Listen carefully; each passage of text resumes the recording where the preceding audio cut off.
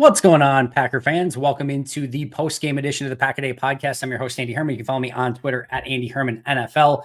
Thanks so much for being here. Packers victory, I think slightly unexpected. I think this is a game that going in, we thought that there was maybe a chance that Green Bay could find a way with a bit of an improbable victory. The Chargers, despite seemingly being the better team and having a lot of opportunities to win all season long, have kind of chargered their way to another loss, specifically in this one. A lot of drops, a lot of mistakes by the Chargers. Felt bad for Justin Herbert, but a lot of positive takeaways from a Packer side of things as well. It was tough. I'm really going to be interested watching just the rewatch on the condensed version, and then B, as soon as the all 22 comes out, like watching the tape on this one. Defense felt a bit like fool's gold just at like there live. It felt like so many of the drops and just mistakes, the fumble in the end, or red zone, I should say. It felt like those like big plays and massive mistakes by the Chargers were sort of saving Green Bay throughout the course of the game defensively.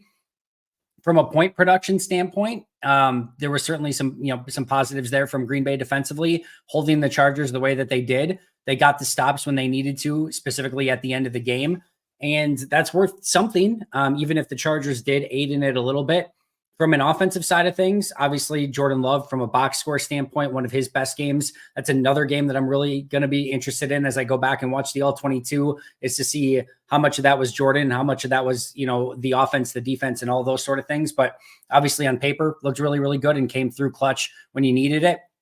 Devonte Wyatt, a couple plays here and there, I know he had a big drop at one point, but man, explosive plays. Jaden Reed, explosive plays. Tucker Kraft, I know he ended up stepping out of bounds, but did not know I know he was like a run after catch monster in college, don't get me wrong, but in the NFL, he has shown zero signs of making that sort of play so far, and he came this close to having that really amazing Tucker Kraft moment. Musgrave had a couple plays, there were some real positives. You had, unfortunately, the injuries with Emmanuel Wilson and Aaron Jones, and I think DeGuara never came back and those sort of things. That was a bummer and frustrating, but the amazing news after the game is it sounds like Aaron Jones is likely not long-term. And that's what Jones feels. That's what Matt LaFleur felt in both of in Matt's post-game presser and in Jones' availability at his locker room. So that would be maybe even the best news of all if Aaron doesn't have some sort of major injury moving forward. I think this short week is going to be really interesting for Green Bay. Devonte Wyatt was being tested for a concussion during the end of the game. If he has any sort of concussion or concussion syndrome, that is going to be a easy out on Thursday, unfortunately, which would be really tough for this Packers team. Jones likely out Thursday. I would assume Emmanuel Wilson is going to be out Thursday. DeGuara could be out Thursday. Enough injuries that give you pause, but we can worry about all of that Thursday stuff later this week as we kind of kick things off. But a really impressive win, even if it was aided by some huge Chargers mistakes.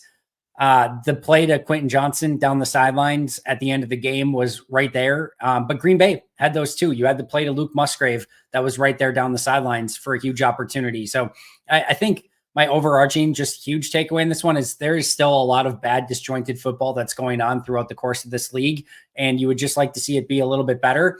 And I just wish it was better on both sides, right? If you've got the big explosive play to Quentin Johnston and the one to Luke Musgrave, and everything just kind of feels a little bit more fun and better instead of everyone just kind of being let down by mistakes on the field. But you'll take a win when you can get it. Before I get to Q&A and some of the questions, which I want to get to, obviously, is the one thing I will say. I did a whole episode on this 2 days ago of how I thought this game could really change the Packers one way or the other if they won or lost. If they won, it would give them the opportunity, even if they lose these next two, right? Even if you lose to Detroit, which Chicago almost and should have beat Detroit, even if you lose to Kansas City and you go 0-2 in your next two games, you go into New York with a 4-8 record and you're still playing to win. You might go 5-8. And then you've got, I forget the order, but at some point you've got the Buccaneers, you've got the Panthers, and I think you've got the Vikings and you've got the Bears. You have winnable games after that stretch, and they're going to go into each of those games trying and hoping to win those games for better or for worse. If they lost this game, they were likely going to be, 3-9 going into New York, and everything at that point is a just monster mess. And who knows what direction the team's going in and how they handle the rest of the season at that point when there's nothing really left to play for other than getting your young players more experience. So this was a huge divergent path in the Green Bay season and maybe even franchise. So to come away with a win, again, for better or worse, depending on what you were hoping for, is I think a big change and something that's going to be worth noting moving forward. If you are one of those people who are on team tank and team, I wanted a better draft pick and I wanted major change and I wanted some key people in the organization fired, I understand that. I get that. But what I will say is always enjoy the wins. You can still enjoy the wins and whatever, because they are always impressive. NFL wins are not easy to come by, and enjoy those moments. And for those of you who are hoping for the win and still hoping that Green Bay was going to take steps in the right direction and show progress and learn to win, I think this is mostly a step in the right direction. Again, aided a little bit, if we're being real, by some really, really, really egregious, bad, awful Chargers mistakes throughout the course of this game. All right, let's get into our first super chat. Thanks for asking Matt LaFleur about the O-line rotations. I still can't understand why JRJ is out there. Nepotism. Green Bay, I don't think nepotism has anything to do with it, but I do think that they love their experienced players. Once somebody sort of gets ingrained in their spot, man, they do everything they can to keep them in that spot until somebody completely takes it over. I was really surprised. So if clearly, because one of the things I wanted to ask him because of this, I didn't know if he was going to say something like, yeah, Runyon was hurt for a series and then he was able to go back in. It didn't seem like he was hurt, but I didn't know if there was something at play there. But clearly, A, he was not hurt, and B, there was some sort of rotation or wanting to get somebody in some additional playing time in Sean Ryan. I haven't gone back and watched the All-22 because it's not available yet, and the game just ended an hour and a half ago.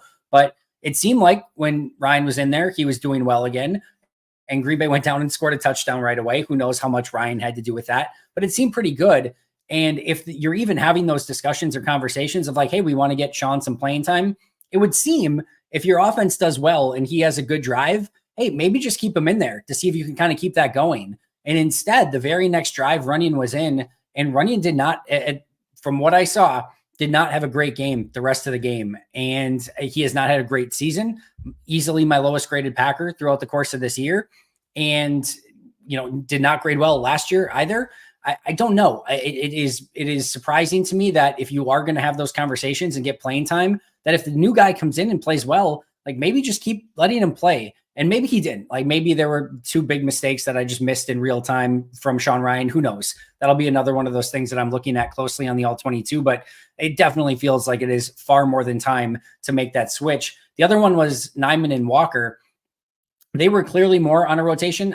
At least at first glance, I couldn't tell if it was like a predictable rotation where they were going every other. Maybe it was, but I just couldn't tell.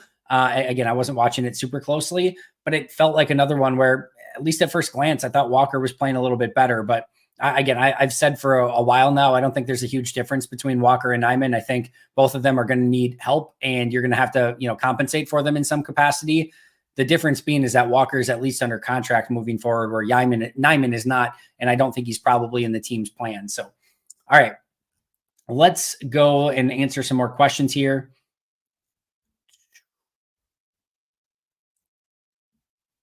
All right. So Manuel says rotations are unnecessary and cut off momentum. It is not soccer. I don't necessarily agree with that, Manuel. I think rotations are fine. Also, they don't rotate in soccer. There's like literally only 3 subs through the course of the game, sometimes 4 in soccer. So not rotations in soccer at all. But I don't think that that's necessarily the case. I think you can, try some different things in some different situations. But if one player is clearly playing better, then I think it is time to go in that direction and just let whoever is playing better keep cooking. Like if you want to go into the first half being like, hey, we're going to try some things with Ryan and Runyon, and we're going to try some things with Nyman and Walker, that's fine. But by the second half, you should hopefully have a feel of which of those guys is playing better and is settling into the game. And if it's Walker and Ryan, then let those 2 guys play and let them play out the remainder of the game. All right, Costas. Hey, Andy, as someone who studies the tape every week, is Watson generally getting less open than Reed and Wicks, or is he just asked to do a completely different job? I do think he's getting open less. I do think specifically Wicks, has really gotten great at finding space. He's a really good route runner, and he just knows how to get separation. That's something that showed up with college. Like he's your prototypical wide receiver, route runner, separator. Like that's what you want him to do. And I think what I saw in this game that I'm encouraged by for Green Bay and the wide receiver core is it felt like they had different roles for these wide receivers for the first time, and it felt really good. It felt like Christian Watson was going to be more of your sprint, run away from people sort of guy, which is what you want. You want him on those deep crossers and what we saw in the end zone for the touchdown, right? You want him coming across the formation or across the field and just sprinting away from defenders that are trying to cover him, or sprinting through zones, whatever it might be, and causing chaos down the field. I think that's a great role for Christian Watson. I'd still like to see some easier plays, maybe some jet sweeps, some reverses. We did see one of those, although Reed just did it better and probably just had some better blocking as well. But I still want to see him in some of those, but that's how I want to see Watson, and it kind of seemed like they used him that way. Dobbs is more of your possession and even jump ball receiver a little bit. He won deep. He went up, had that awesome pluck out of the air. I think you can use Romeo in those situations, and I think that's a great way to utilize him. Dontavian Wicks is your route runner extraordinaire, your guy that can get separation, find holes in zones, more your traditional wide receiver. And then Jaden Reed, your slot guy, but he can also do a little bit of everything. He can also be explosive on those jet sweeps, reverses, end arounds, and he's also finding separation, and he can be a playmaker down the field. So I think Reed you can do a lot with. Wicks is your traditional, route running wide receiver. Watson's kind of your decoy, but also your sprinting, separating guy. And Dobbs is more your possession and even kind of go up and get it guy. And I think we saw those roles a little bit more distinguishable in this game. And I think if you continue to do that, even Musgrave and Kraft, I felt had more distinguishable roles in this game. And I think if those can continue to develop, I thought you did see proof of concept of what you want from these receivers and tight ends. And if Jordan's getting the ball moved around and is playing accurate, efficient football, and you're utilizing those playmakers in those specific ways, I think you have a real opportunity for those guys to cook and really have some yards after the catch, and just putting them in positions to be successful really made this offense look a whole heck of a lot different. And once again, there were some points that were left on the field, specifically by Anders Carlson in this one. But I liked what they did with the wide receivers and the tight ends in this one. Tyler, thanks so much, my friend. Are the amount of injuries this team is experiencing just bad luck, or is it that the Packers' strength and conditioning staff might not be up to snuff? I'll be totally honest. I don't get the strength and conditioning stuff, mostly because none of us can have any idea whatsoever. And I do think it's fair to question, and Matt LaFleur has said flat out that they are looking at everything as to why there were so many soft tissue injuries coming out of training camp. Did they do something wrong with how they ramped up, during camp? Did they do whatever it was? Were they not doing the right stretching? They apparently did a deep dive. Now, he was not ready to share the results of that deep dive and what they might be doing differently, but there clearly is something that, it's weird about it. And it caught enough of the Packers' attention where they wanted to do a deep dive into it and figure out how they can maybe do things different moving forward. But as far as what the strength and conditioning staff is doing, and if A, we have no idea, and B, we have no idea. They could be doing things like by the book, picture perfect, better than any other team is doing it in the league. And this stuff could still happen. So who knows? I think it feels like a cop out and just like a blanket statement of all these soft tissues and all these injuries. It's clearly the strength and conditioning staff. Maybe, but I don't know how any of us could possibly know that. But it's enough again where Green Bay's taking a deep dive into it. I would guess, and I don't have any sort of numbers in front of me to prove this or show this, I would guess that Green Bay's injuries are right around league average. Every team is hurt. Every team's banged up. The Bakhtiari one is literally from an injury that happened back in 2020 and has gotten progressively worse over time. And, the rest of them, if you look at the players who are out on IR for the season, is extremely, extremely low, where they have not had those sort of catastrophic injuries, knock on wood, and do anything else superstitious that you want now that I said that. But I don't think it's been beyond awful, but you end up usually, and unfortunately, with a handful of guys every single game that can't play. And it, unfortunately, I think the bigger string of bad luck has been the players that it's been. It's been your David Bakhtiaris, your Rashawn Garys, your Jair Alexanders, your Aaron Joneses, your Christian Watsons, and so on and so forth, where it feels that much worse because it is constantly the players that you need week in and week out on an every down basis. Manuel, super, super nice of you. Thank you so much, my friend. As I will always say, make sure to ask a question with it. Would love to answer any questions that you have, but thank you so much for doing that. That's really kind of you. So, all right, let's talk about Jordan Love, because here's SDN says Love is still missing throws that he should have made blindfolded. I know at the very beginning, PJ said Jordan Love, very good. I know a couple misses, but overall I liked it. Unga at the beginning said I was impressed by Jordan Love today. Let me overall, I think, again, there's a lot of positives to take away from this one. And let me preface this by saying I've not done the rewatch. I only watched it live from the press box. I have not done the all 22 study yet or anything like that. So I will get to this more as the week goes along. But my gut feeling coming out of this game was this was sort of the same Jordan Love experience that we've seen. A lot of good, some wow, and then some clear throws that just need to be a little bit better. There's a play to Romeo Doubs again where he's throwing that little check out, or not check, but like a bubble screen outside, and it's way behind Doubs. Doubs has to adjust behind him, then spin around and try to get upfield. It ends up being a 1 yard gain where that probably is a 5 or 6 yard pickup if Love just throws it in front of him on a very, very easy throw. The play to Musgrave down the sideline, that has to be an explosive. That has to be an explosive. That can't be a miss. And again, we don't know the timing that goes into that with Luke. We don't know if Luke was supposed to pull it up a little bit more or go, like, who knows, right? But that can't be a miss. That has to be a big explosive play and could have legitimately been a turning point that really swung this in the favor of the Chargers. Thankfully, it was not. There were a couple other throws that, while completed, I think even the Doubs touchdown, if we're looking at the Doubs touchdown where he goes and gets it, that is still where Doubs has to hold up for it. Even Jordan in his post-game presser said that was underthrown. It was underthrown. Is it a bad ball? No, because Doubs is able to go up and get it, make the touchdown catch. That's not a negative play by Jordan, but it's not the positive that it should be, because if it's in front of him, Doubs just catches it with ease and doesn't even have to go up and make that contested, very similarly to the Jaden Reed touchdown from a week ago. So there are still those plays where you're still searching and looking and hoping that the accuracy just picks up a tick, because if it does, look the hell out. Because even on a day where I didn't think it was perfectly accurate and there's some things that you're still wanting from it, it is 108 passer rating, 2 touchdowns, no interceptions, over 300 yards for the first time since December 12th, 2021. I think I said 31 straight games in the tweet, I think is what I said. 31 straight games without a 300-yard passer. That's a lot of Aaron Rodgers, some of Jordan Love, where they just couldn't sniff 300 yards, and they hit 300 yards this week. So to clarify, do I think this was a bad game by Jordan in any way, shape, or form? No, clearly not. But I thought there were still plays out there that you're still just wanting a little bit more and a little bit more accuracy. Now, all of that being said, like I said, that was my live gut reaction to it.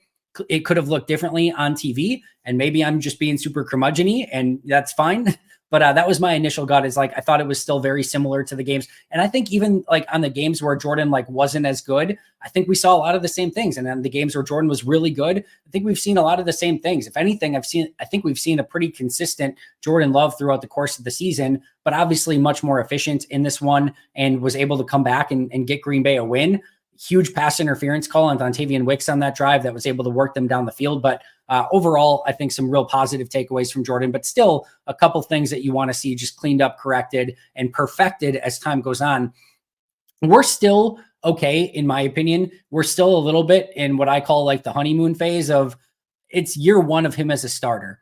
I'm not expecting perfection in year one as a starter. I don't care if is year 4 in the league. You need to play to get the timing and everything down. And we have seen for different quarterbacks, wide receivers, whatever position that you play, the game slows down for different people at different moments. For some people, it's just slow right away and everything just kind of clicks immediately. For some, it takes longer than others. And for some, it's not just like, hey, I'm in my 4th year in the league. Sometimes it's a certain amount of snaps that they've seen everything. And defenses are still throwing tons of different stuff at Jordan. And he's playing with a ton of young players that they're still trying to get their feet wet. I can only imagine what that does for Jordan. So I'm still in the like spot where I think it needs to be better long-term, but I'm not panicked or concerned as of yet, because I do think that this is still within the realm of acceptable performance, because he is still a first-time starter and these things do take time. So a little bit more patience. I thought it was a good game. I didn't think it was a great game, but again, I'm willing to go back on that if I rewatch the tape and it looks amazing. So don't hold me to it too much yet. All right. Let's see. Most hated Minnesotan, thanks so much for the chat. How do we actually win this game, but we can't against some of the other bad teams? Such a roller coaster season. I hope somebody has me recorded on like saying it a million different times, in the offseason, in training camp and everything, saying this is a volatile team. When you have young, inexperienced players at every single position, you're going to end up with volatility. And literally the thing that I said going into the season 1,000 times is there are going to be games where they don't have any right to win and they are going to win them. And there are going to be games where they have zero right to lose and they are going to lose them. And that is just the experience of having a young team that has a lot of inexperienced players. It's going to be extremely volatile. You're going to get wins against the Chargers. You're going to get losses against the Raiders and Broncos when they were scuffling and couldn't beat anyone. That's just the sort of season it is going to be. Wouldn't shock me if they beat a Kansas City or a Detroit and then ended up losing to the Giants. Like, who knows at this point? Because they have the talent, they have the playmaking, that we've seen it has come to fruition at times, but we've also seen them just kind of shoot themselves in the foot. I think the bigger thing in this one is they finally ran into a team that shot themselves in the foot as much, if not more, than Green Bay did, because Green Bay had their share of big mistakes in this game. The Chargers had bigger ones at bigger moments, and it really, really cost the Chargers in this one. I'm assuming, Leon, that you mean waiver wire for a running back Thursday. So a couple different options that are out there. They did release James Robinson from the practice squad a couple weeks ago. He has not been picked up by anyone. I don't think that's going to be the choice, but that could be one option. Two other options I think are more likely is Patrick Taylor. He is on the practice squad in New England at the moment.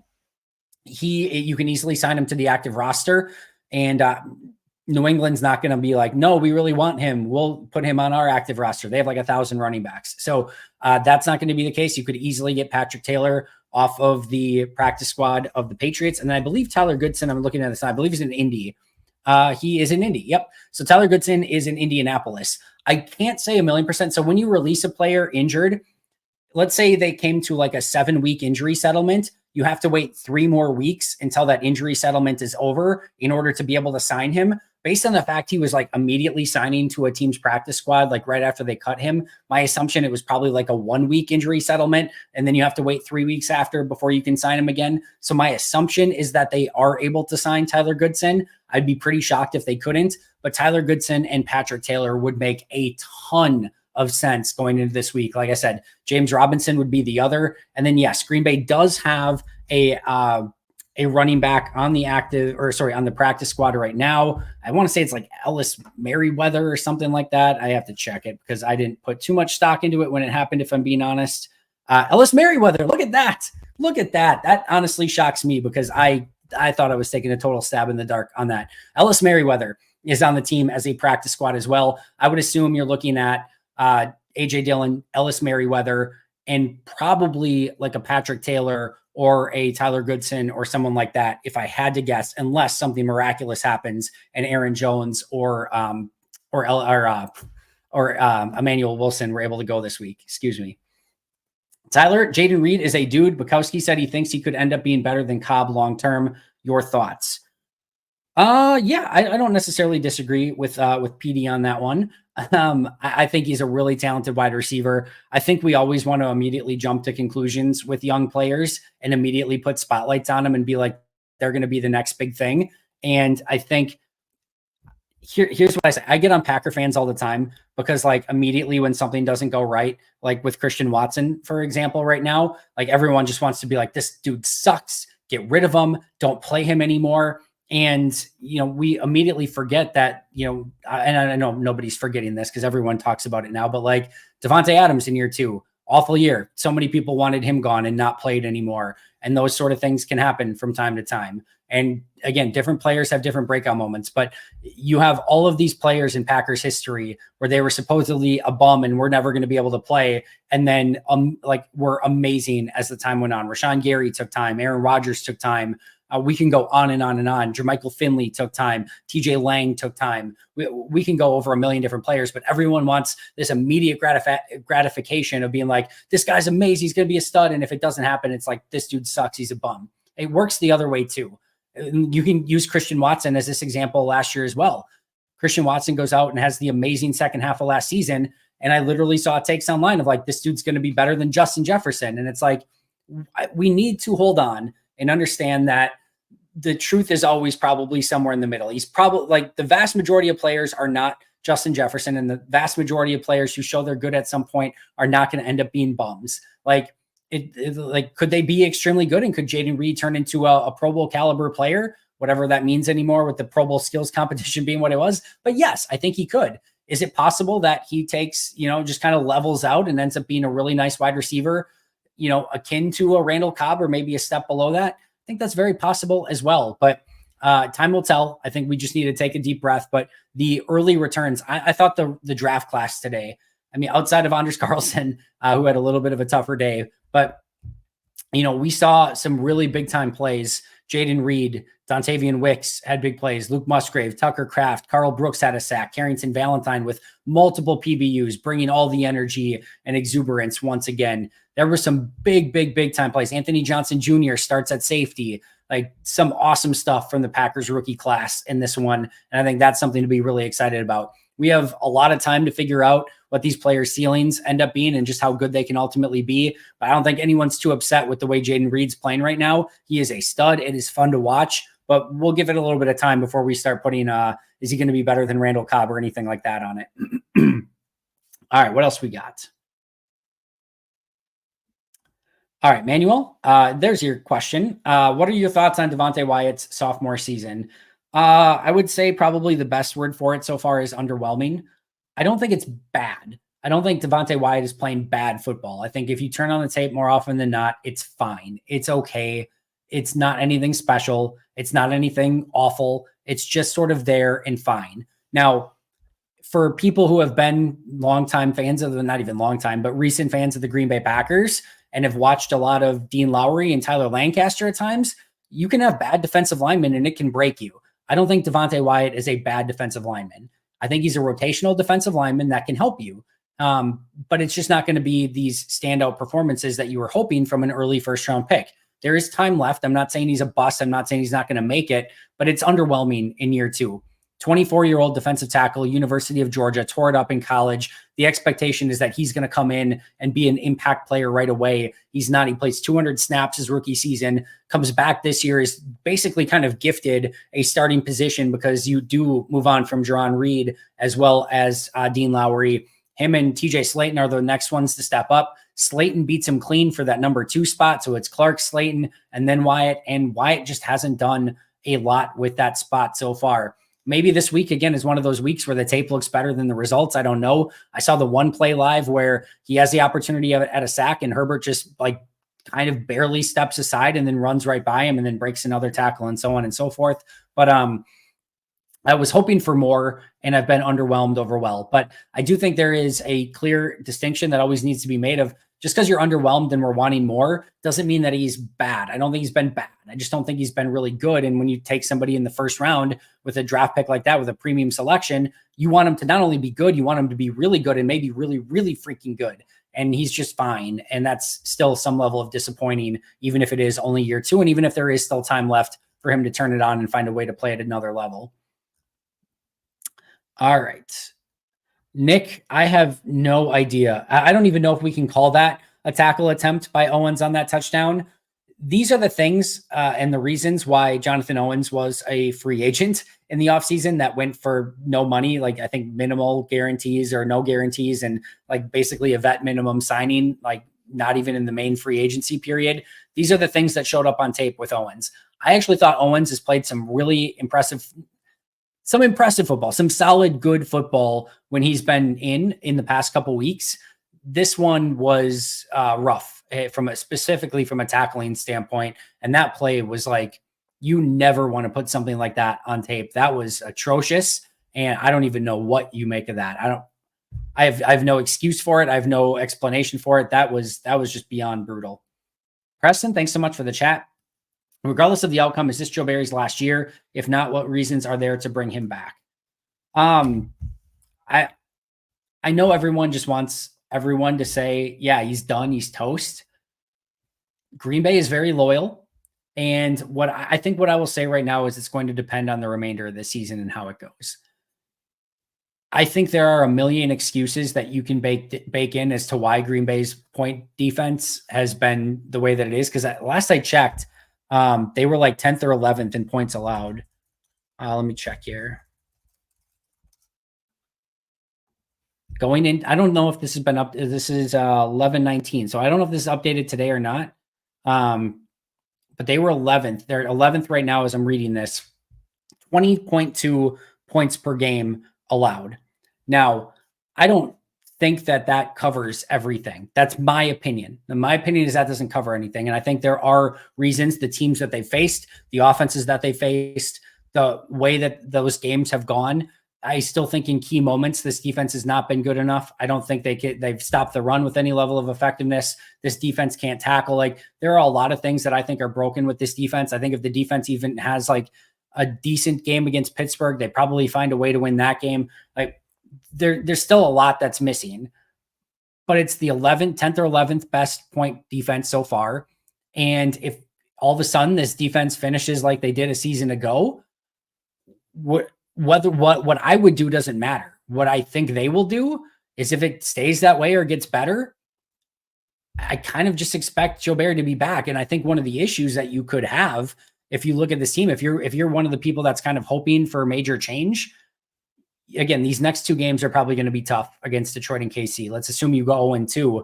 If they string 4 or 5 wins together to end the season against 4 or 5, or, against 5 pretty bad teams, I think that's probably asking a lot. But let's say they go 4-1 in those 5 games, and you play good defense against the New York Giants and the Tampa Bay Buccaneers with Baker Mayfield, and the Carolina Panthers with, their offensive ineptness, and the Vikings without Kirk Cousins, and the Bears at the end of the year. Like, you can string together probably some pretty good defensive performances at the end of that. All of a sudden, you could be looking, and Green Bay is like the 8th best point defense in the NFL. And it's hard to fire a guy at that point if that's the case. And I'm not saying they should or shouldn't. I'm more on the like, hey, I'd really probably prefer something new. But I can't go to your question. Regardless of outcome, is this Joe Barry's last year? I can't say that. If it gets worse, I think it definitely is likely in that direction. If it's the same, I don't know what they do. But if it gets better, then I think there's probably a decent chance that he's back. And I just don't kill the messenger on that. Again, I'm not saying what I would do. I'm trying to read tea leaves as to what Green Bay would do. I think if it stays the same or gets better, there's a really decent chance that he's still back next year. So again, don't kill the messenger on that. Joe Barry needs to go. However, in a weird way, we need to win, but still have defensive struggle for that to happen. And the team is viewed positively, so we can have good options at defensive coordinator. They're sort of like trying, to your point, they're trying to like maneuver this very fine line of like, be kind of nice to have a top 10 draft pick, but you need wins and you want to get some wins, but you want the team to do well, but you don't want, it's a complicated measure. And that's why, like, for those that are trying to do like the tank gymnastics of like, how can we improve and be good, but also be bad and bad enough for major change? Like, those are tough things. And that's why I say, like, I'm close to you on the thinking. I get the thinking. I've been there in almost every other season that things have gone like this. I've been on more of the tank bandwagon. I'm not really this year. I can't fully explain why. It's just because I think this is a young team that needs to learn how to win. And there's so much talent on this team that I want the core young players on this team to learn how to win. So I think that's kind of where I'm at right now, but it just gets very complicated to weave everything perfectly is going to be tough. Just hope this team continues to grow and go in the right direction. And I think that's probably still the most important thing as we kind of watch this season unfold through the remainder of this year. All right. Yeah. And again, Nick, so much to go over here. Not only, well, first of all, Ballantyne's not a rookie. Neither is Nixon. It's only one rookie corner. They have a rookie safety and Anthony Johnson Jr. Starting along with Carrington Valentine in this one. So 2 rookie starting defensive backs. But you look in this one, right? Their top 5 options in the defensive backfield, they're top 5. Eric Stokes, Jair Alexander, going back to the start of the season. Jair Alexander, Eric Stokes, Rasul Douglas, Darnell Savage, and Rudy Ford. Those are their preferred 5 starters going into the year. None of them were in this game. Savage obviously is in Buffalo. Or let's start this whole thing over. Sorry. Douglas is in Buffalo. Jair hurt. Stokes is hurt. Savage is hurt. Rudy Ford is hurt. Easy for me to say. So their top 5 defensive backs were all out of this game. And that's not an easy thing to overcome. Devondre Campbell goes out of this game at some point. Rashawn Gary probably playing a little bit banged up front. And I still go back to the point of like all of these talks of like, they got 8 first round picks. They need to be awesome. There's no excuses. Like they've got 8 first round picks. Okay. Jair Alexander is one of those first round picks. He's not playing. Eric Stokes is one of those first round picks. He's not playing. Darnell Savage is one of those first round picks. He's not playing. And then you start going of like, which of these amazing first round picks are playing like amazing first round picks? You've got what, 5 left? Quay Walker, he's playing fine, but he's not playing like this premium player. Rashawn Gary, he's playing great. That's no question. Lucas Van Ness, certainly not playing like a premium first round pick. Devonte Wyatt, we just talked about, certainly not playing like a premium first round pick. And then Kenny Clark. Kenny Clark playing well, but not like dominant, 5 years ago, prime Kenny Clark is playing. So you talk about all those 8 first round picks, 3 are out, and one of them of the remaining 5 is actually playing at a very high level. So instead of looking at it like they got 8 first round picks, this defense needs to be amazing, be like, yeah, we understand that there's some deficiencies on this team. It doesn't give Joe Barry an out and a full excuse on anything, but we still have to be realistic with what this team is. And they don't have a ton of dominant players on defense. And what I thought they did overall, I know there was the drops, but the defense played more aggressive today. And Matt LaFleur mentioned they played a lot more single high even than he was expecting.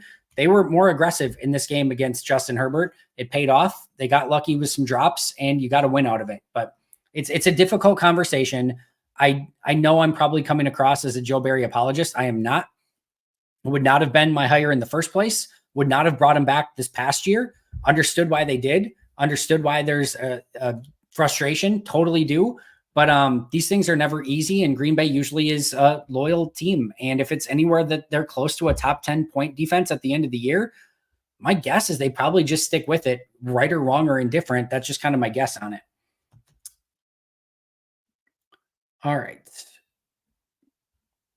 Richard, for this week, are there any scheduling changes with videos and chats? Yeah, there will be. Oh, thank you for reminding me. I have to talk to my Packet A team about that as well. Yes, there will be. Justice and Paul Brettel will still be our normal guests this week. Everyone else will be off this week. No Sam Monson, no Mike Wall, no Carmen Vitale for videos this week. Give them the week off with it being Thanksgiving. And then how everything else just sort of breaks down, that I don't know exactly yet. And we'll just kind of be a first come, first serve. Thursday will be the pregame show, obviously before the Lions game. Going to try to get the Brettel and the Justice videos in. Tomorrow will still be with Perry and Alex. And then going to do my grades video at some point in there as well. So probably get a bonus video in there is my hope as well for members. But it's going to be a crammed and condensed week. And then we'll catch up everything afterwards and kind of break everything down again with Carmen and Mike and Sam next week as we have a little bit more time and probably a couple weeks worth of stuff to discuss. Malik Heath had a great game today. I think he only had 1 catch, right? But I honestly, George, I'd have to go back and I like that George Costanza, but I'd have to go back and watch a little bit closer. I know he had the one play. I don't know if he had a couple of big blocks that I just kind of missed. Did he have a huge block on one? You saw a pancake block for sure. I didn't catch that one live. So like I said, I'm recording this or doing this live without the benefit of a rewatch yet. So again, hang with me. You see certain things live in the press box and certain things. That's why I always like doing the rewatch right when I get home, but haven't had the opportunity to do that yet, but excited to go back and watch that if that's the case. Doug says Jordan Love should have the rest of the season and then we reassess. Right now, it looks like he is growing. He's playing better, and we should win enough to avoid quarterback in the draft early. Yeah, he's definitely getting the rest of the season, Doug. There's 0.0% question of that. There will be no for the groundswell of like the 10 loud people that want Sean Clifford to start. That's not happening. Jordan Love is at minimum getting the season. I do think, like you said, they will reassess based on how the rest of the season goes, but there have been signs of growth and progress, and he is not going anywhere as the starter for the remainder of this year. Yeah, Jason, just talked about this a little bit earlier. Not sure if you just joined, but Patrick Taylor is currently on the Patriots practice squad. Tyler Goodson is currently on the Colts practice squad. Would expect that they sign one of those 2 players to the active roster. Not a guarantee by any stretch. They do have Dylan. They do have Ellis Merriweather on the practice squad. So we'll see kind of how they navigate that. But I think Goodson and Patrick Taylor would be 2 really good options off of opposing teams' practice squads. DeGuara went out, and I do not believe he went back in this game from an injury standpoint. So that's another injury to keep an eye on. Not a huge DeGuara guy. I don't think he's had a great season. But obviously, you still don't want guys to get hurt, and hopefully he's back on Thursday ready to go. Krista, all right, rewatch. We'll do it together. We'll compare notes at the end. Josh, glad you were able to enjoy a victory pizza. Without watching the tape, what grade from A to F would you give? I'm assuming that's Jordan on his performance today. I'd give him a B. I don't think Corin Robinson's still on the team last I checked, although that was Koren. But I'm assuming Jordan. I talked about this a little bit at the onset. First glance, again, just watching it live from the press box, thought this was a very Jordan day. Thought there were some throws that he missed. Thought there was a lot to like. Better efficiency. He had the little bobble snap that was costly in the moment that he kind of fumbled and then recovered. Didn't think he was too active running in this game. Did he even have a single run in this one? I'd have to go and look. But I didn't think he was too active running. Had the big miss to Musgrave. Thought the throw to Dobbs on the touchdown was a little bit underthrown, as he mentioned himself in the post-game presser. But overall, positive day. I think B is probably the right grade at first glance. Other questions that you guys got. Are Reed and Wicks wide receivers 1 and 2? I kind of mentioned this a little bit early as well. I like what they did with the receivers and tight ends in this game. It felt like there were very specific roles for these guys. It felt like, again, Dobbs was the possession guy. Watson was the crossing the field with speed guy.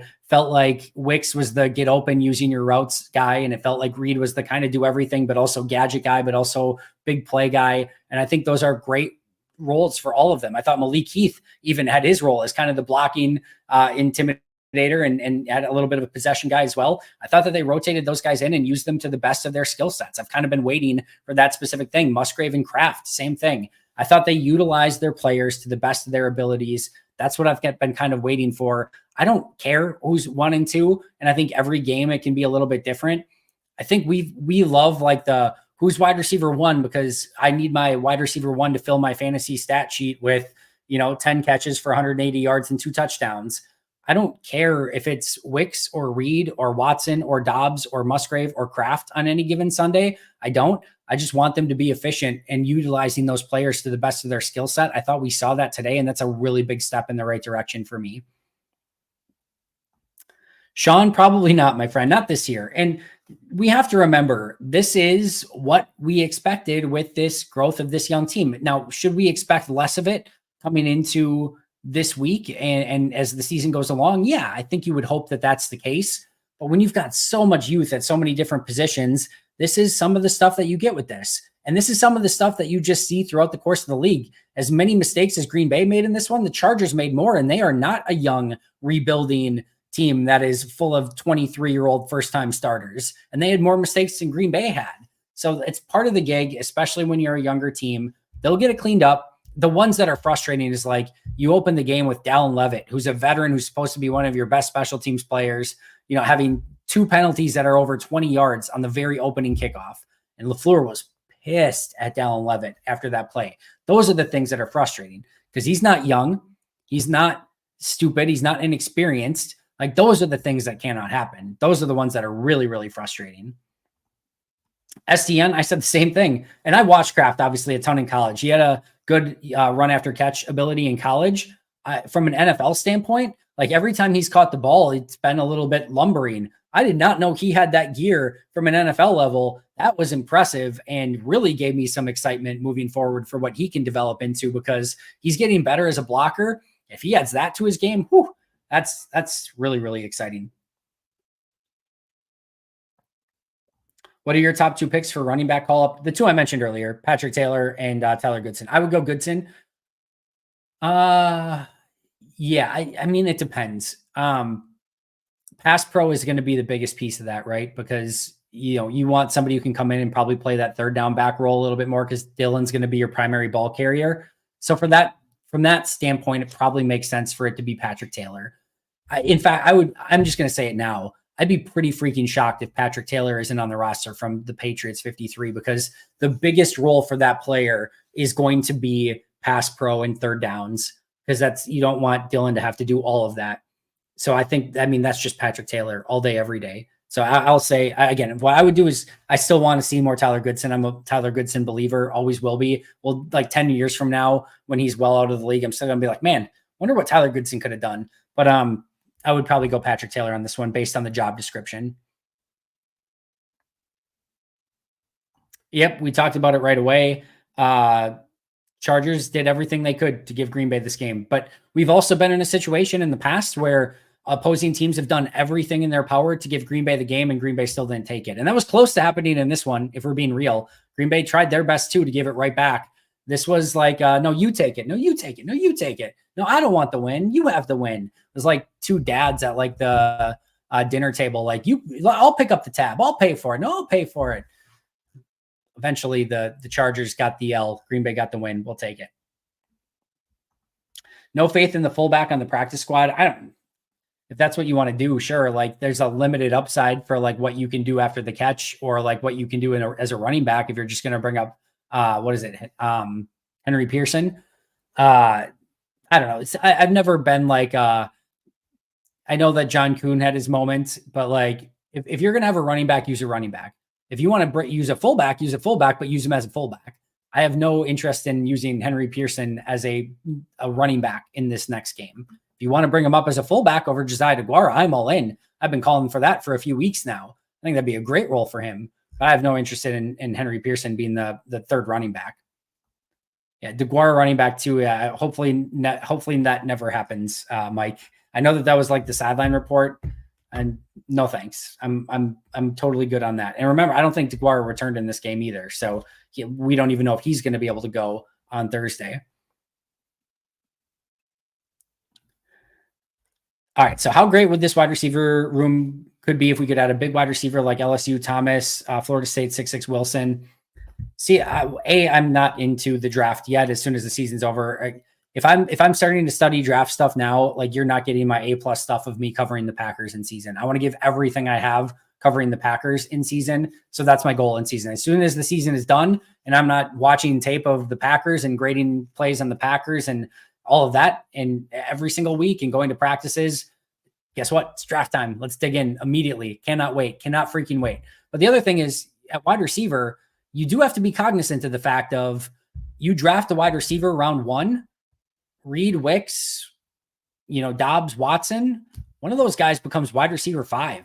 Another is wide receiver 4. Like, you're moving those guys down quite a bit.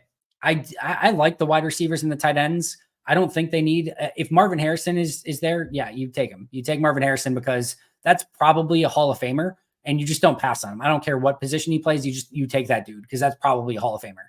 Like, take him. But outside of that, I like this group of wide receivers. I don't think they need a top tier guy. And even Malik Heath, like, if you told me right now they went next year with Wicks and Dobbs and Watson and Heath and what am I missing? Reed. Like, I love that group of 5. And we saw today, you put them in the right situations in the right role. Like, those guys can go out and cook and find space and get open and do what they need to do. I don't think they need a big time wide receiver. I would much rather have that used on an offensive lineman. I know everyone's going to hate using it on another defensive player, but guess what? They still need help up front. They need help in the secondary. Safety is a huge need. Like, there are some key positions that this team needs to address. I don't actually believe that wide receiver is one of them. If they get a dominant, awesome wide receiver, awesome. That's sweet. But I don't think that that's a top of the need for Green Bay right now. Mike, first of all, as far as, unless something else has been reported so far, I don't know that it was confirmed if Wicks actually had a concussion or not. Like, I know, who was it? I forget who it was a week ago or 2 weeks ago that somebody, like, they thought they had a concussion. They went through the protocol, but they didn't have a concussion. They kind of monitored it like the day of and the next day, but they never had a concussion and they were good to go and fine. So as far as I know, I don't think we know for sure if Wicks has a concussion. If he doesn't, then he can be out just fine and he could be good to go on Thursday. If he does have a concussion, I would put it at about 0.0% chance that he plays on Thursday. They've been extremely cautious. Not they, meaning every NFL team has been extremely cautious. Most players aren't coming back even on Sunday the next week and playing. Almost 0% chance he would play on Thursday if he actually did suffer a concussion this past week. All right. Yeah, maybe it was. Oh, maybe it was Watson or Musgrave, one of the two. Peter, how big of a problem is Carlson? Again, I think this is the rookie stuff that we expected, and I am not shocked by. It's like any other rookie. None of these guys are going to be experts at their craft in year one. And as much as we want Anders to just be automatic, like that's probably not realistic as an expectation. I heard, and again, I didn't see this one, and it'll be something I'm looking at in the rewatch as well. I heard at least one of the snaps was really high. I don't know if that was the case or not. I think it was on the field goal. But I'll want to look at the entire operation from all of those. But remember, Watson went through some really big struggles in training camp, came out of it in the regular season and kicked fine. He's had some more struggles as of late. You just want to see that consistency. Not ready to abandon ship as of yet, but will kind of be worth monitoring moving forward.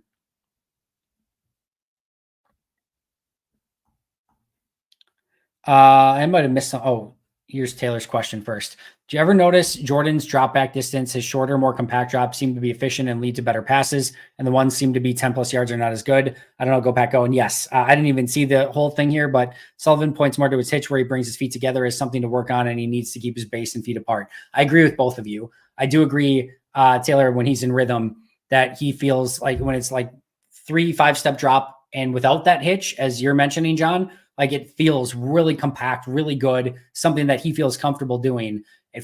So this is very common for all quarterbacks, right? What happens is every quarterback has like their way that they grew up throwing a football. And it's usually not with great footwork and great arm angles and great everything, but you have your natural innate feel of like how you want to throw a football. However that may be, whatever your footwork was in middle school and high school, and you just have this natural way of playing the game that you did probably the vast majority of your life. And then you get to college and specifically post-college and you start working with like all these quarterback experts, and they work on you, and your quarterbacks coach and everyone, they work on you to have this very specific mechanical way of wanting to throw the football, where you carry it, the footwork, all of it. It's all married together, and they want it to be perfect because that leads to better accuracy, which, we saw with Aaron, like really work out to perfection. You go back to the natural way that he did it at Cal and in high school was really bizarre and not great. And then they worked on it a ton, and he worked on it a ton, and he became just this super perfect quarterback in the way that you want to throw a ball, right? What happens is you rep all of that over and over and over and over again, and you get more consistent with how you carry the ball and where how your footwork works and all of that. And on a base play, where you're going 3-5 step drop, it's really easy to have all of your stuff with your feet underneath you and everything going according to plan and stay in that rhythm. And 3-step drop out, all right, everything looked great. 5-step drop out, everything looked great. What happens is you go maybe 5-7 step drop, and all of a sudden your initial read's not there, and you got pressure in your face, and your wide receiver who's supposed to run a 15-yard curl is running a 10-yard out. And now all of a sudden there's a defensive tackle in your face, and everything's just breaking down in front of you. And what happens? What happens is you immediately you're no longer thinking of like, all right, what's my beautiful 5-step drop and my arm carry and everything looks like. You revert back to what you've done your entire life. And now all of a sudden, like your feet start clicking together, and you're off base and you're off balance, and you're throwing weirdo, bizarro arm angles, and everything else is going on. So it's not, specific to Jordan. This is very, very common, especially for quarterbacks who are still young in the league.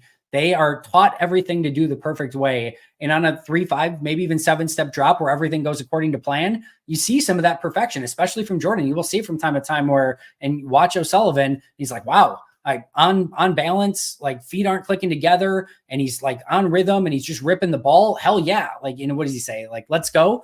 Yeah, it looks great. As soon as things break down, like most quarterbacks in this league, they immediately revert back to what feels natural to them. And that's what we're seeing a little bit with Jordan is you go back to all of those bad habits that you've done since the first time you picked up a football until you started getting the professional training at the position. That's very, very common and very natural for that to happen. Seti, thank you so much. Thanks for all the hard work you put into the videos. It helps me sound like a much smarter Packers fan. Each game I watch, love make amazing throws and think this guy has it. He just has to make these easy throws. Go Pack, go. And I think that's like, at some point you need to level out, right? And at some point you just need to make the easy throws, or that's just who you are as a quarterback. At some point you are who you are, and you have to go out and actively change it. If at that point, if that's just consistently what you're doing on a week-to-week basis. But as they would always tell you, like, you want the things that are really hard to teach. And Jordan has a lot of the things that are almost impossible to teach. And now he just has to settle down and do the easier things with consistency. And your hope is that that comes over time as the game's him and he becomes a little less rattled and a little bit more easygoing, and things aren't as chaotic when he's kind of back there at quarterback. And if he does start hitting his layups, and we have seen some much more efficient games out of him as of late, then look the heck out, because to me, there's enough wow there still on a week-to-week basis where you're like, you can get by with how much wow he's putting on tape. And for the most part, in most games, he's done a good job of avoiding the catastrophic. That's a good sign too. We haven't seen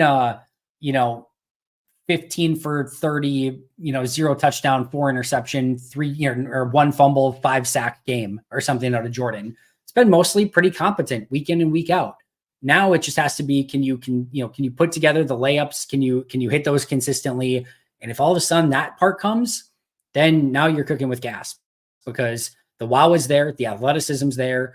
And if the layups are there and the accuracy gets there, now you've got the makings of a really good quarterback. But if he doesn't get there, if this is just who he is, then you're always left wanting for a little bit more, because the last thing you want is you have, like, the Luke Musgrave play is a perfect example. Not hitting that play could lose you the game. And obviously there's a lot of other stuff that goes into that throughout the course of the game, but you hit that Musgrave play, that might be a touchdown or certainly an extremely big explosive play. And that could have been something that just kind of sealed that game and put it away. Instead, missing that gives the Chargers every opportunity to go back and win that game. So those are the things that you have to hit. It has to be a little bit more consistent, but you'd rather have it this way, where he is hitting some big stuff. You're seeing the wow, and now he just needs to hit the layups, rather than, oh, this guy can hit the layups, but he can't do anything besides that. That's a tougher thing to sort of overcome too. So it's going to take some time, but Seti, thank you so much for the super chat. Super kind of you. Trade Sizzy. I think Reed has the potential to be a wide receiver 1. I don't really care about the numbering, who's 1, 2, 3, and 4. I just want people in their positions where they can go and succeed. And we saw today, when Jaden is given opportunity, given the ball, we know what he can do. He is one of the league leaders. I know going into this week, he was second in 30-plus yard plays, had some more big explosive plays than this one, did it in the running game, did it in the passing game. He's a stud. Don't care what number he is, meaning what, if he's wide receiver 1, 2, 3, or 4, get that dude the ball, let him have playmaking opportunities. And he's already shown and proven that he's going to be a playmaker for you. And in all likelihood, he's only going to continue to get better.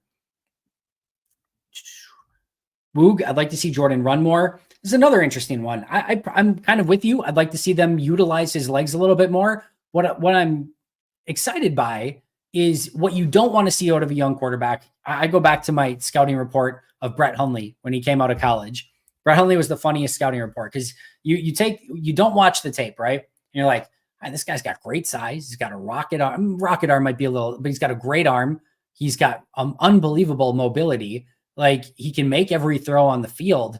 You're like, this is a fun prospect. There's a lot of clay here that you can really build something with. You go and watch Brett Hundley's tape in college, and it is amazing. It is literally drop back to pass. What's my first read? Oh, my first read's not there. Let's run the ball. All right, next play. First read's not there. Run. I'm going to run. First read's not there. Run every single freaking time. It was one read and run every time. And he was pretty damn efficient when he made that run read and threw that pass. And he was like, it was good running the football. And you saw the arm, you saw the accuracy when he did throw his one read. You saw the running ability and the athleticism. You saw like some really fun things, but no ability to go through progressions and like make an actual offense out of it. Just one read and I'm just going to scramble now.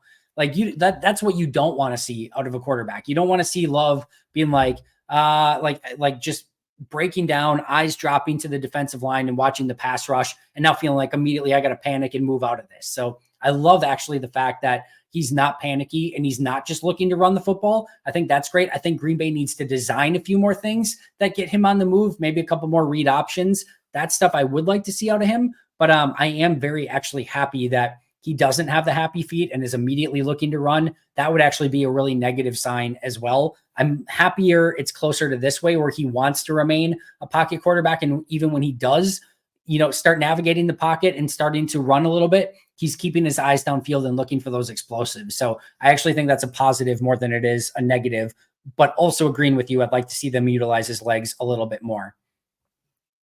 SA, thank you so much. The win is great, but I'm afraid we'll be stuck with Barry due to this. Maybe.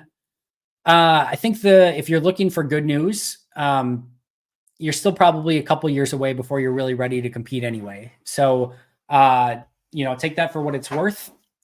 I don't know that, they're going to be ready in 2024. So if they have to learn that lesson in 2024 and Joe Barry's back next year and it sucks next year, so be it. Also remember, when you fired Dom Capers, you were really excited and you're like, I just want Dom Capers gone. All right, you got Mike Pettin. And then Mike Pettin came along and you're like, I just want Mike Pettin gone. All right, you got Joe Barry. All right, I just want Joe Barry gone. What's probably going to happen next? You're probably going to go get another defensive coordinator. They're probably going to rank 17th, 19th, 20th in the league in defense, 21st, 23rd. And in 3 years, we're going to say, all right, screw this guy. Screw Jim Leonard. I want somebody else. And then screw that guy. I want somebody else. That's probably what's going to happen. So let's just enjoy the victories and let's see if this defense can put something together. They don't have the extreme talent that we expected them to on defense. Somehow this defense is 11th in points allowed. I'm not saying I like it. I'm not saying it's sexy. I'm not saying Joe Barry would have been back this year if it was up to me, but who knows? Who knows what will happen from here on out?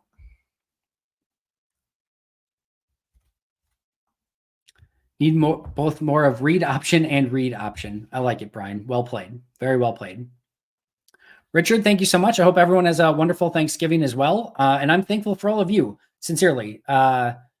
Still imposter syndrome and still blows my mind that I get to do this and just talk Packers. It is literally a dream come true.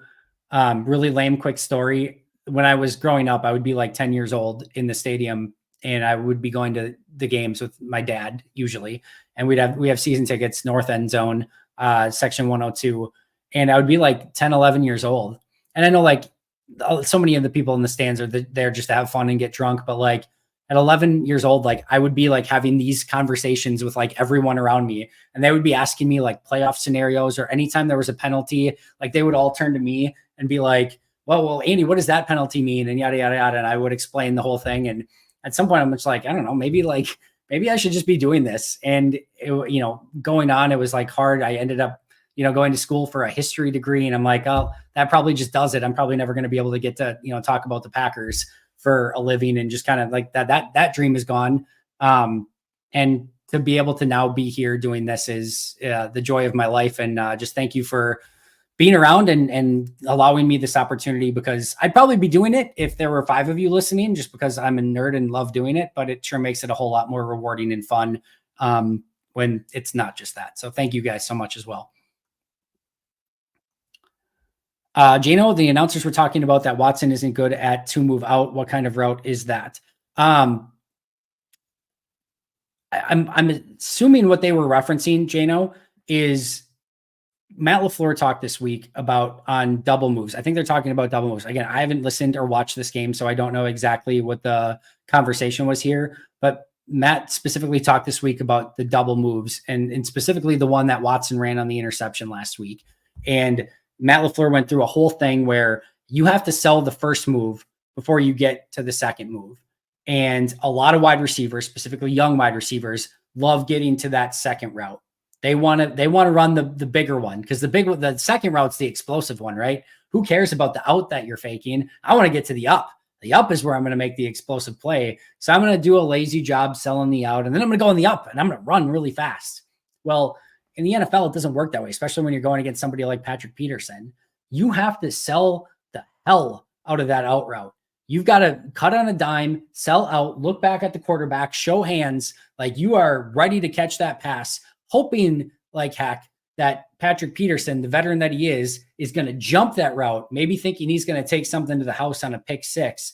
And then when you get that reaction, then you want to bend it upfield and sprint as fast as you can to the back of that pylon and have that opportunity for the big explosive plays. But again, what happens more often than not, and what happened on that play, and this is, again, per Matt LaFleur, a lazy first route where you don't look back, you don't sell it. It's just, yep, I'm running an out. And Patrick Peterson is easily saying, this guy doesn't care about the out. I've seen this a million times. He's coming right back up. I'm just going to play the go route. And then, of course, Watson rounds out for the out or the up, and Peterson's all over it, knocks it back, interception, change of possession, and a huge play in that game. Seti, thanks so much again. I feel like you really see the difference in potential from the Steelers game with Pickett versus Love. Love just seemed to have so much more he can do. Totally agreed. Now, Pickett's in year 2, Love's in year 4. If Pickett had a couple more years, maybe there's a difference there, but I think they're right around the same age at the same token. Kenny Pickett is 25 years old. Kenny Pickett is 25 with a June 6, 98 birthday. Jordan Love is 25 years old with a November 2nd, 1998 birthday. So yeah, Love is actually younger than Kenny Pickett. So I'm with you. Even though Love has been in the league longer, they are basically the same age. In fact, Love is younger. And if you had to give me the choice right now between Kenny Pickett or Jordan Love, I will very, very gladly take Jordan Love moving forward. Holy shnikes, boom handle. But yes, please and thank you. My friend, I don't even know what to say about that. That is amazingly kind of you. Happy Thanksgiving to you and your family. And that means a ton to me, and really, really, really sincerely appreciate that. Thank you so much. Andrew, love you too, buddy. Always a good name. Andrew's always a good name. Still going back to this, man. Yeah, means a ton. Really, really, really appreciate that, boom handle. Don't know how to go anywhere from there.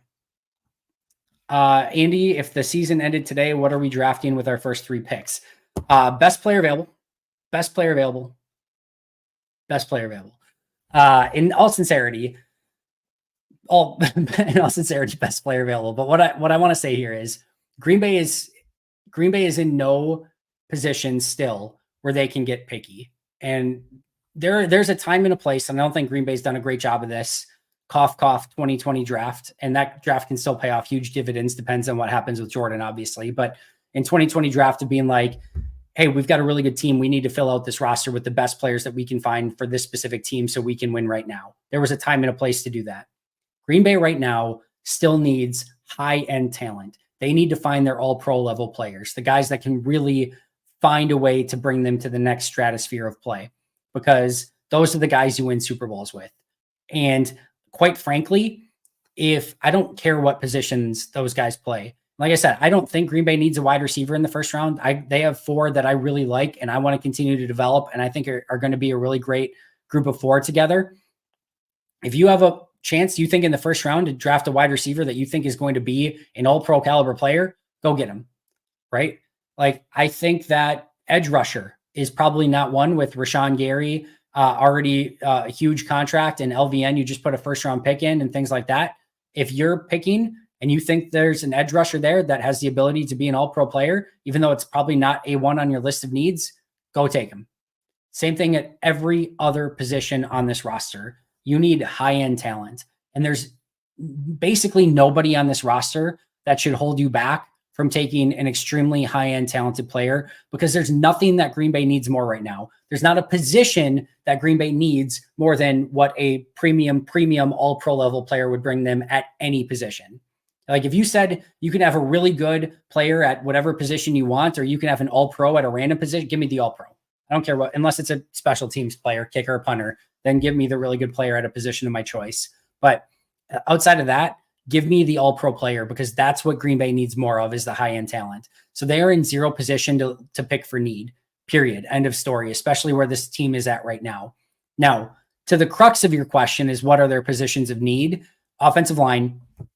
Bakhtiari is just a huge mystery box, and you have to assume he doesn't play it down in Green Bay anymore. Like, that's the way that you have to assume it as a GM. Yosh Nijman's a free agent. Josh Myers has not been what you've wanted, despite what they say. John Runyon Jr. is a free agent and has not been what you wanted. So you're going into next year basically with Rasheed Walker, Elton Jenkins, Josh Myers, Sean Ryan, and Zach Tom. Now, that's not a brutal starting 5. In fact, like that was basically the 5 that I think you'd probably prefer right now. Again, unless Bakhtiari were healthy. But you can get by with that. But I think you would love a premium left tackle instead of Rasheed Walker. I'd feel pretty darn good about a first-round pick left tackle, or like a Pro Bowl level left tackle with Elton Jenkins, Josh Myers, Sean Ryan, and Zach Tom. I can get by with that. That's winnable. So I think and then you need the depth there too. Safety, Your only safeties under contract next year are Anthony Johnson Jr. and Zane Anderson. Can you get by with Anthony Johnson Jr. as one of those? I think so. I think we've seen that through a couple games so far. But you'd probably love to pair him with a big time, premium safety. That'd be even better. That's another big time position. Running back, Aaron is clearly at the point where you need to start looking in another direction. Body's starting to break down on him a little bit. Hasn't seen that same explosiveness out of him. AJ Dillon's a free agent. Manuel Wilson's a nice player, but I don't think you're ready to catapult him into your premium, running back one. So running back becomes a big time position of need. So I'll say offensive line, safety, and running back are your like need positions. Still think you need some help up front on the defensive line. Kenny's not getting any younger. Devonte hasn't been that guy. Slayton's a nice piece, but you still need a premium level player along that defensive line too. Devondre Campbell, probably not going to be a ton longer. Are you ideally wanting to spend a premium pick on off-ball linebacker when you just spent one on Quay Walker? Probably not, but I don't think you can, not look at it altogether either. You have no idea really anymore of what Eric Stokes is going to be. I kind of like, Carrington Valentine. Jair has not been Jair, and he's had a lot of injury issues. You start getting my point here. If you told me they picked a safety, great. Corner, great. Off-ball linebacker, great. You told me they got a great pass rusher, great. Defensive lineman, great. Offensive lineman, great. Tight end, I don't know, Brock Bowers, great. Like, I'm not going to be upset. I don't think they should spend a first-round pick on a tight end, but probably could figure out a way to make that work too. Don't really want to spend a first-round pick on a running back, but if you told me they spent a top second-round pick on one, not going to be mad at that. So I think there's a lot of different ways they can go, and ultimately they just need premium-level players at this point. Thomas, yes, there's still a lot of holes, a lot of needs, and they need premium players. Jano, off initial preview, who do you think are the top 3 graded players from this game? Oh, Jano, I haven't even watched a rewatch yet, but real time, I would guess Jaden Reed's going to grade extremely high in this game. I'm going to guess Carrington's going to grade pretty dang well in this game for his job in coverage. I'll just assume that Zach Tom grades really well too, because Zach Tom always grades really well. So I'll say without the benefit of any lifelines or rewatching the game, or certainly going through any all 22, I'll say Jaden Reed, Zach Tom, and Carrington Valentine grade high. Who knows? What could go wrong? Yep. Best player available, right? Exactly like I said. You said we have to draft a-hole players. I heartily agree. No RAS. No, absolutely RAS, Mikey.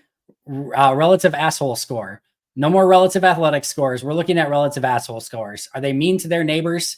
Are they a little bit prickly when they get called out online? Are they gonna, spit in somebody's face if they get spit on? Like, we need some relative assholes on this team. There's a little bit more nasty, a little bit more aggressive. I need some maulers on my offensive line. I need somebody who plays like somebody just pissed in their Cheerios on the defensive line. We need some relative assholes on this team, Mikey. So yeah, RAS is still okay. Just can't be relative athletic score. It needs to be relative asshole scores. That's where I'm going. EA, me too, man. Absolutely hope that Aaron can come back. Sister Surround, great name. Thank you so much for becoming a YouTube member. Great opportunity for me. Cheap plug. If you have not checked out Pack-A-Day YouTube memberships yet, make sure to do so. All Pro, Hall of Fame members, some awesome perks available. Ability to connect on social media. Monthly call. If you want to do a monthly call, either via FaceTime, Zoom, Skype, whatever you want to do. Obviously, Pro Bowl level members are getting a weekly video for members only, commercial free. They're also getting a weekly Q&A. So a lot of really, really fun stuff. If you haven't checked out Pack-A-Day podcast memberships yet, make sure to do so. All right, what else we got? Probably just a couple more, and then I'm going to get out of here and finally rewatch this game. Maybe watch a little bit of the end of the. Do we have anything good happening in the three o'clock window here? What do we got? We've got 49ers winning easy, Bills winning easy. Seahawks Rams is kind of good. 16-14 Seahawks over Rams. All right, that's not bad. Man, Jets 4-6. Did we get any Tim Boyle yet? Give me some Tim Boyle. No Tim Boyle. Zach Wilson, 7-15, 81 yards, 1 touchdown, 1 interception, 57.9 rating. I think Rasul Douglas had that pick, if I'm not mistaken. Give me some Tim Boyle, damn it. Richard, my favorite Thanksgiving dish is pizza. Everyone that knows me knows that. Thanksgiving pizza all day, every day. Rich, I don't believe I am doing Billy Michaels this week. They usually reach out like once a month or so and have me do it, but don't think I'm doing any Bill Michaels this week. I did see Morstead better passer rating than Zach Wilson so far. All right, any last ones before we get out of here? 6 o'clock seems like a good time to stop. So you guys got 30 seconds or so. Going back to this one more time. Thanks again. And thanks to everyone who chatted in this one. Boom Handle, amazing of you. New members, always amazing. And again, anyone that did the super chats, and even if you didn't, even just for being here, really appreciate you a ton. Go Pack, go. What a perfect way to end. Thank you so much, Corey. I will see you guys soon. Back here tomorrow with Perry Goldstein and Alex Strofe. Make sure to check out that episode. We'll be back Thursday on Thanksgiving after the game with a live post-game show. I might do Pack-A-Day Live on Wednesday still. If so, I'll probably just do it with me this week. Friday should still be happy hour on Friday. So should have a lot of normal stuff this week, but we'll be a little bit different as well. But appreciate all the support. You guys are the absolute best. Enjoy your victory Sunday/Monday tomorrow. See you guys soon. But until next time, and as always, go Pack, go.